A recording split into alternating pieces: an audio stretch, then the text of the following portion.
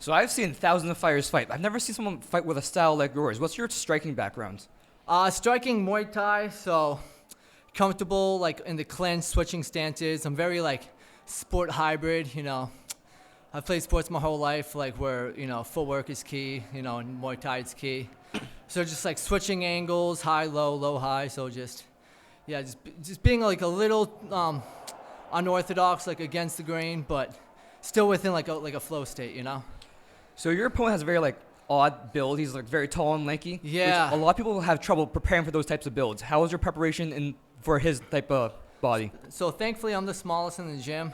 I know have the a couple feeling. people, like some of my main sparring partners, striking wise, they're like a good, 5'11", 6 feet, 6'2" even. So used to the length.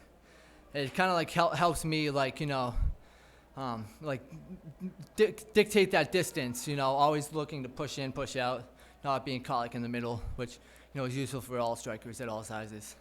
And what was going through your mind between those rounds? Water and I knew he was going to come in a little more kick heavy because it did work for him in the first round. So I know if I went to the ground, I could be a little more comfortable. I think he started the encounter on the ground, but I'm just comfortable off my back. Most people, like once they get their back to the mat and someone's on top, like raining punches, it can kind of be like, lights out for them. But I have enough submissions in the arsenal to, be comfortable off the back too. And how are you celebrating tonight? Resting, drinking water, and then I'm working tomorrow at 10:30, so I can let loose, but not too much. I'm working tomorrow at 7:30, so Yeah, I feel you. know that. Congratulations. Thank you, guys. Thank you, everyone. So I saw on your Instagram, mailman by day, fire by night. How do you balance that work-training balance? It's tough, man. Like I said, nowadays, you got that 90-degree humidity on a hot-ass day. You just suck it up and say, this is what I do. This is worth it, man. This is, my life. This is what I love to do, so I do You it. ever have to grapple with a dog that attacks you? Oh, man, all the time, man. I got to run for the fences sometimes. But Is there anything that surprised you from this fight? anything that surprised me? Not really. I felt confident going in. Like I said, nothing's perfect. You got to make decisions on the fly. But yeah, I say game plan went well. And how are you celebrating tonight? Dude, honestly, man, probably just like eating some good food, getting a good night's rest, and just chilling with the family tomorrow, Any names you want to call out? Yeah, I want to thank Johnny, Mr. Nice Guy Lopez from Underdog. He helped me get in the door here. I want to shout out Ascension Athletics for letting me get some extra work in the mornings with them. And obviously, Nitsu MMA out of Glastonbury, man. That's where I started as a kid. That's where I came up. And that's the place to be if you want to fight, If there's anyone you want to call out to fight. Oh, no, man. Whoever wants to fight, you got my number. So let's make it happen. All right, congratulations. Thank you, man. So you're tall and lanky. He's very short and very built stocky. How did you prepare for that just difference in the builds? Yeah, so I actually like that. It looks scary to everyone else. He looks like a big scary guy with tattoos. But really, it's all a facade, Have almost 10 inches of reach on him. So I should have just outboxed him. I shouldn't have thrown as many kicks. That's how he got to take me down. I wasn't quick bringing back the kicks. Coach Andy was telling me that in the back, but I should listen a bit better. Anyways, I was a longer guy, better jiu-jitsu, and that's what happened. Was there anything from this fight that surprised you? Nothing. He's a college wrestler. He trains wrestling every day. Got me down 2 times. It's not shocking. I'm dangerous off my back. The arm thing he had me in, Americana, whatever, wasn't deep. I was never going to tap to that. No problems. 1 arm, 2 arms, finish him. And when you want to fight again? Next, Cage Titans, whatever the next one is, September 14, I'm here. Then the next one, and the next one, and the one after that. Let me check. I have it in my phone. September and then November. There you go. September 14th. I'll be there. You'll see me there. Don't miss it. And how are you celebrating tonight? I'm going to keep it.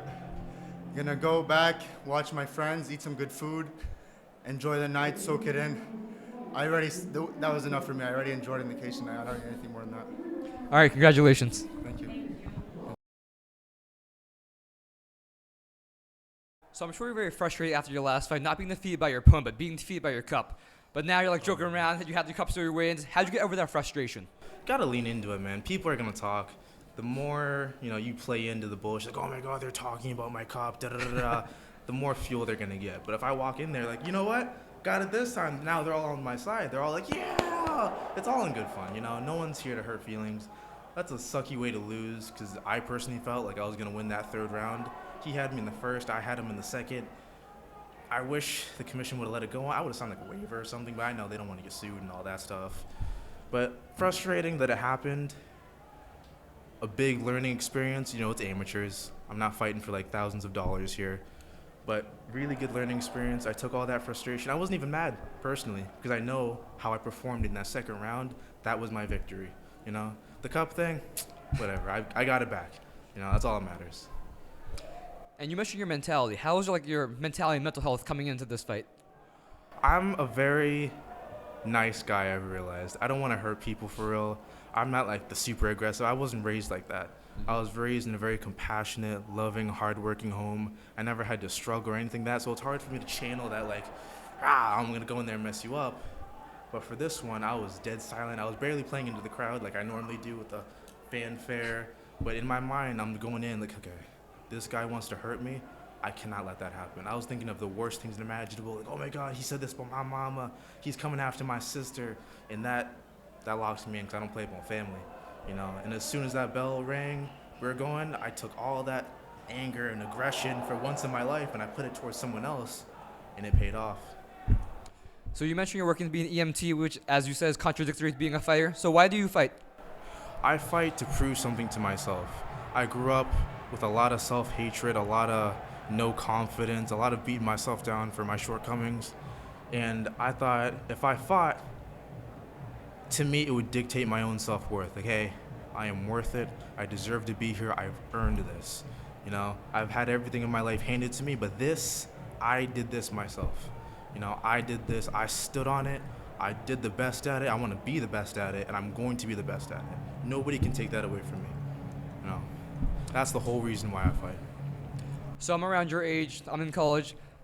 So many people around us just like lack that self-worth that you talk about. What's your message to those people that are trying to find their self-worth in life? To all the people that have that little voice in the back of their head saying, you could have did better, you should have done this, what happened if I would have done, you know, whatever. Stop with the what ifs.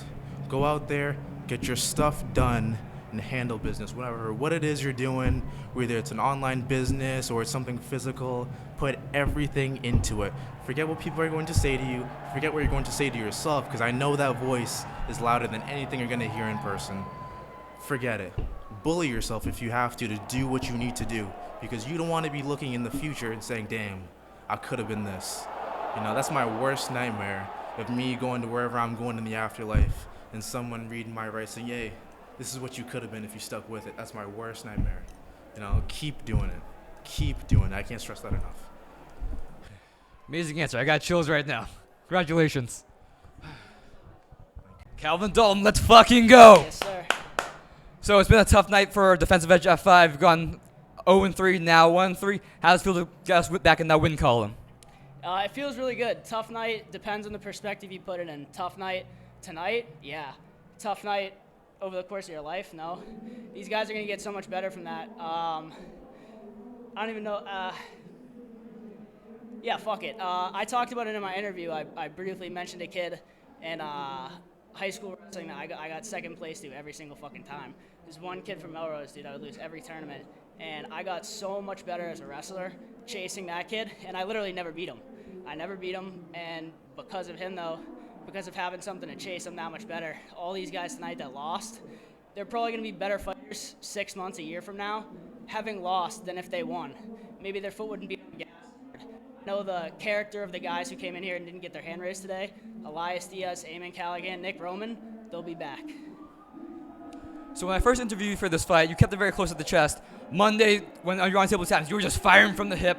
And usually amateurs, unless you're fighting for a title, you don't get the in-cage interview. But you got the in-cage interview. So where's that energy level as you're going into the fight? That was sick, dude. Like, I always said, and I stick to this as an amateur, I think it's really corny to talk shit, to be honest.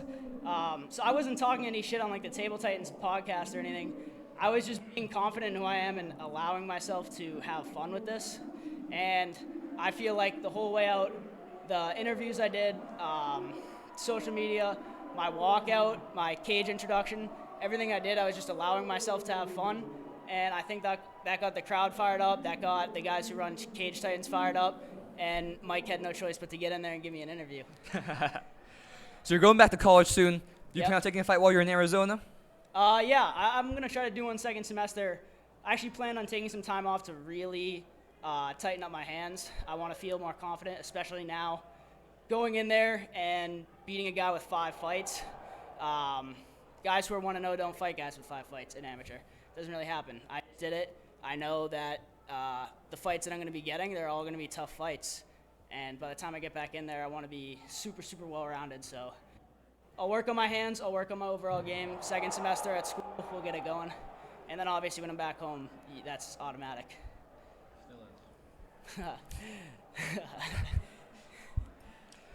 And you've had plenty of time to talk, but do you have any last message for your fans, your family, your teammates all here to support you? Yeah, I absolutely love everybody that comes here and supports me. It's the best. Such a great feeling. Shout out to Rude Rhythm at Rude Rhythm on Instagram. If you guys are fans of music, especially house music, it's an Arizona-based DJ company, bringing people together, positive vibes. Playing music is a good time. They have events and stuff like that. So I just like everybody to go on Instagram and follow at Rude Rhythm. And you can follow me as well, Calvin_Dalton. Congratulations. Yes, sir. I appreciate you. So your fight was so quick that I completely missed it. So walk me through. What happened? I was feeling him out, hit him a couple of times. He went for a shot. He took me down. Bunch of battling in the clinch. Got him with some good knees, and I finished him with, I think it was a right hook. Yeah. Did this fight have the impact on the crowd that you expected it to have? Yeah. I mean, anytime you get a first round knockout, I mean, it's got to be big, right? And you mentioned you want the title. Title fights in 2 fights. Who do you see winning in that fight between Curly and Martin? I don't know. That's a tough pick.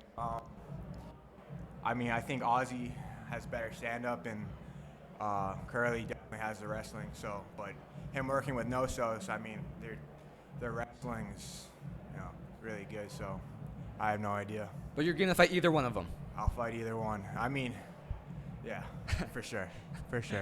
All right, congratulations.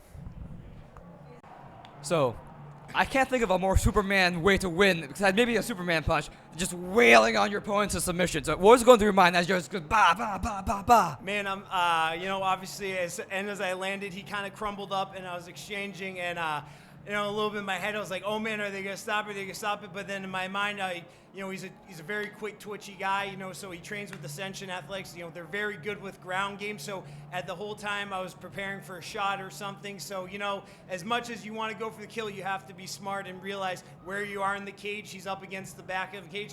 What's he gonna do? He's gonna try to come forward, but obviously we were able to land and keep landing, and we were able to get the ref to stop it.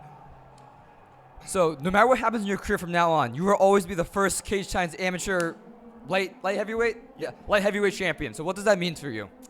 It means history. It means all the work that we put in, all the time that I put in when no one's watching. Obviously, with social media, a lot of guys like to post their stuff. I like to be a little bit silent about my work. I like to put my work in when no one's watching. I like to be quiet, but I'm always working. I'm always striving to get better, and it just shows that hard work pays off. Hard work pays off, and if you believe in yourself and you trust yourself and you have the right team behind you, you have the right people behind you, you can go anywhere, not in just a sport, but in life. So it just shows that, it feels right, and that,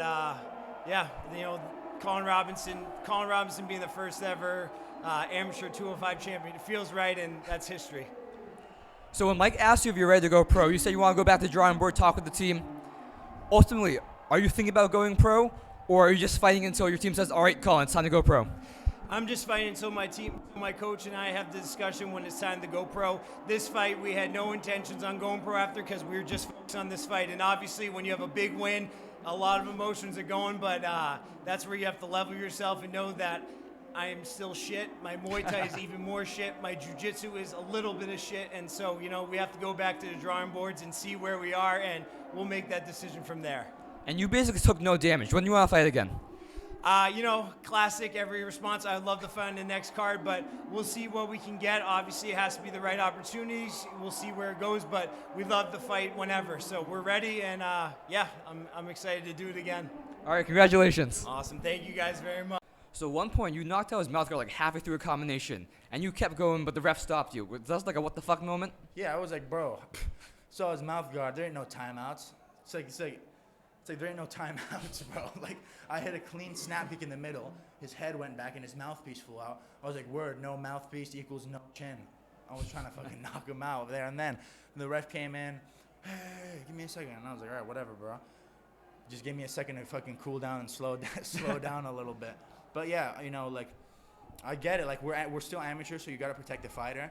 But at the end of the day, we're fighting. Like, if I'm about to fight someone out on the street, no one's wearing no mouthpiece, and two, there ain't no timeouts. Like, I'm trying to fucking fuck you up, dude. There was one knee from my angle. It looked like went to the head. Was that a knee to the head when he like pulled you down? Oh, to me? Oh, Yeah. no, he needed me in the nutsack. He got me right in the... Oh, me? Or him? He needs you. Oh, he needed my chest. Yeah, Okay. I didn't care. Even if he needed me in the face, I'd have been like, what's up? Like, I'm here to fight. I train with professional fighters. I get kneed and elbowed in the face probably 20, 30 times every Saturday morning. So, it ain't nothing but a thing. So speaking of call-outs, there was one fighter who called you out earlier. I think it was Steve Hill from US MMA. How do you think you match against him? Dude, who? I don't... dude, I'd fuck him up, bro. Like, what? Like, one of my boys fought him, Craig from Nostos, and he gave him the business. So, like, I'll disregard that call-out. If he really wants it, he can meet me outside. We can get it going there. And I was talking to my friend earlier this week. To quote him, not trying to throw him under the bus, but he says, this Aussie kid doesn't know what's coming for him. What's your message to all the people who saw you fight for the first time tonight? Bro, that's all I gotta say. There's no... Dude, I knew what was coming for me, bro. Like trial class striking and good wrestling. I train with professional fighters, bro. I train with the best fighters in New England. I train double sessions every single day. I don't think they knew what was coming tonight. I can go out there and I can knock out everybody and their grandpa, and people will still say, he doesn't know what's coming to him. This is the thing about MMA, bro. People, they just talk all the time, bro. Even people who don't fight. Like, leading up to this fight, comment after comment after comment. This kid's gonna get murdered. Like, some kid was like, Jaden's gonna kill this guy. I'm like, all right, bro. Social media's gotten people too comfortable with talking shit and not getting fuck slapped out of them. I guarantee none of them mark-ass motherfuckers would say that shit to my face. So, like, what's up? All right, congratulations. Thank you, sir. Is there anything that you want to show in this fight that you weren't able to show? I wanted to do a little more striking, a little more movement. He did a good job keeping me on the wall, which I know was going to be his game plan. So I wish I got off some more of my striking.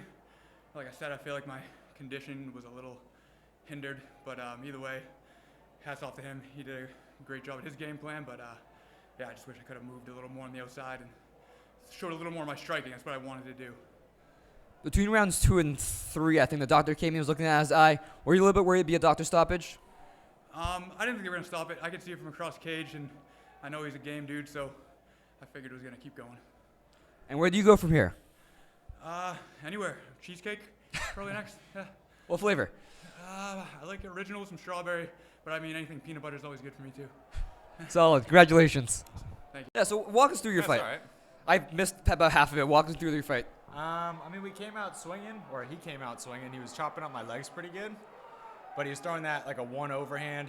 I was just skirting out of the way, and we've been working that question mark kick for the longest fucking time, dude. Landed good, ground and pound, and choked him. So a lot of people are talking about the experience difference between you and him in this fight. Yeah. Do you think that was a factor at all? No, I mean, listen, like I may only have 3 professional fights, but I've been training for almost 8 years. And where do you go from here? Anyone you want to specifically fight? I can't think of anyone off the top of my head, to be honest. The team will go back to the shop and go from there. How are you celebrating tonight? How do I celebrate? Probably a hot tub or something, to be honest. Nice. Congratulations. Thank you. Can I? So when Annie started reading out the scorecard and you realized it was a split decision, what was going through your head? Fuck. My coaches obviously were confident that I got the win, but a lot goes on in the 3 rounds, so you never know what judges are looking at and what they look at when they're watching a fight, whether that's wrestling or control time, or she landed a few good strikes that like put me back on my toes or on my heels. So, I mean, it depends on what the judges see, and obviously one judge scored it for her and the other two scored it for me, but you know, a split decision is kind of like, oh, fuck. And so now you're 1-1. Could we see a trilogy match at some point? What was that? I'm sorry. You're now 1-1 with her. Could we see a trilogy match with her at some point? I mean, I don't know, maybe. I guess that's up to her and what she would want to do. I fight at 115. I weighed in at 120 for this fight. I was a lot lighter than I normally would be. Maybe she'll fight me at 120 this next time around. So we'll see. I mean, maybe we can fight for the belt or something for Cage Titans. Maybe they put that out there, but who knows? Never know. But yeah, I mean, I'm not against it, but obviously I want to get some other fights in with some other people too. And everyone fights for a different reason. What's your reason for fighting? My reason for fighting is just it's who I am, and you know, I've been doing it my whole life, and I can't imagine doing anything else. Like, obviously, I'm 31, and I've been fighting for years. This is my 15th professional fight. It's just who I am, and I know that inevitably it's going to come to an end, so I'm just kind of trying to absorb every ounce of it that I can while I can still fight. All right, congratulations. Thank you so much. Congratulations on your win. Did you expect him to be that tough? Oh yeah, I knew he was a tough dude.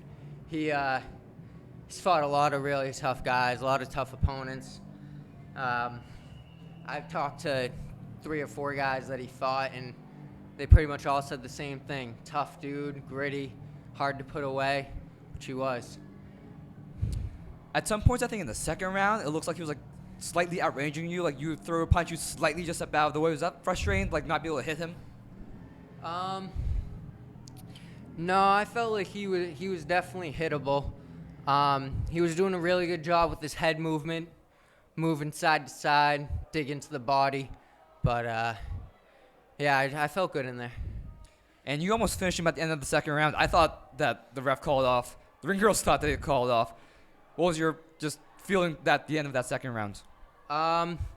You know, it was a confidence booster. I didn't think the ref stopped it or anything, so I didn't get my adrenaline up or anything like that. I was still focused, still in there. You know, I felt that I did enough after the second to win the decision if it came to that. And yeah, he's a tough dude. He's a real tough dude. Is there anything that you wanted to show in this fight that you didn't have a chance to? Yeah, I mean my composure and being able to be in there for 15 minutes. You know what I mean? I'm usually in and out of there in the first round. You know what I mean? So the main thing, whether the finish came or not, I wanted to not rush anything and just be methodical in there. And I think that showed. And your teammate's fighting Tyler Smythe right now. Is that a fight that you want to get back against Smythe at some point? We'll see what happens. I mean, he's starting to lose a lot of fights, so as I'm starting to climb, he's starting to go down, you know what I mean? And after Valdina finishes him right here... go down literally. Yeah, he might just want to pack it up, lay down those gloves, you know, so I don't know. All right, congratulations. Thank you. What's up? What's up, Andrew? What do you think your key to victory was tonight? What was my key to victory? Yes. My key to victory was landing straight shots, countering his takedowns, keeping top position, and yeah, that was really it. And how is Tyler Smythe compared to your past opponents? It's tough, you know. He's definitely the first opponent that really tried to play some mind games with me. He's the first opponent that really wanted to grapple heavily. All the other opponents I had, they usually wanted to stand and bang a little bit. So Tyler was like the first grappler wrestler that I faced, grappler dominant, and the first trash talker. Yeah. That's it. So the commentary said that there's a couple things said that the cameras weren't on. Can you tell us anything that was said when the cameras weren't on? What are you talking about? That's what the commentary said. I'm honestly asking. Like during the fight? Yesterday. Oh. No, I don't know. You know, it's just how guys are. We shit talk here and there. You know, I call him different little names after he calls me a little princess and stuff like that. And I don't know, he makes fun of my style. I make fun of it. I don't know, just shit talking a little bit. Nothing crazy. We were both respectful after the fights. Gave him a little hug, a little head noggin thing, whatever. And it is what it is. He's a good shit. And if you got to choose, what style of fight would you want to fight next? What style fighter would I want Yeah. to fight next? If you got the choice. I want to fight another tough motherfucker, baby. I know I sound a little tired. I sound a little down on myself. But the person I want to be someday is someone that strives for even more when they're feeling like this. So I want someone tough as fuck still. I want someone even better than Tyler next. And I'm going to adjust my style even more to beat them in a more dominant fashion. All right, congratulations. Thank you. Really quick, shout out all the generous sponsors. I love you guys so much. Northeast Custom Granite, Patty's Ale House and Drake It, Invisaware, US Golden Pond, Drake It Exhaust and Brake, CG Electric and Tewksbury, Gifted Peace LLC, my boys from BSU, Face Off Fight Co., and shout out Dog Money Consultant, baby. Smart Money's with Dog Money. Let's go. Before I start, I just again want to apologize for the press conference. I meant no disrespect. I appreciate that. So with your leg kicks, it didn't seem he was like checking them at all. Do you think, or are you surprised that he wasn't checking them? No, I honestly, I watched Jacob Bone Giannetti 1, and I said it that night. I'm like, dude, after the second round, he stopped kicking the fucking leg.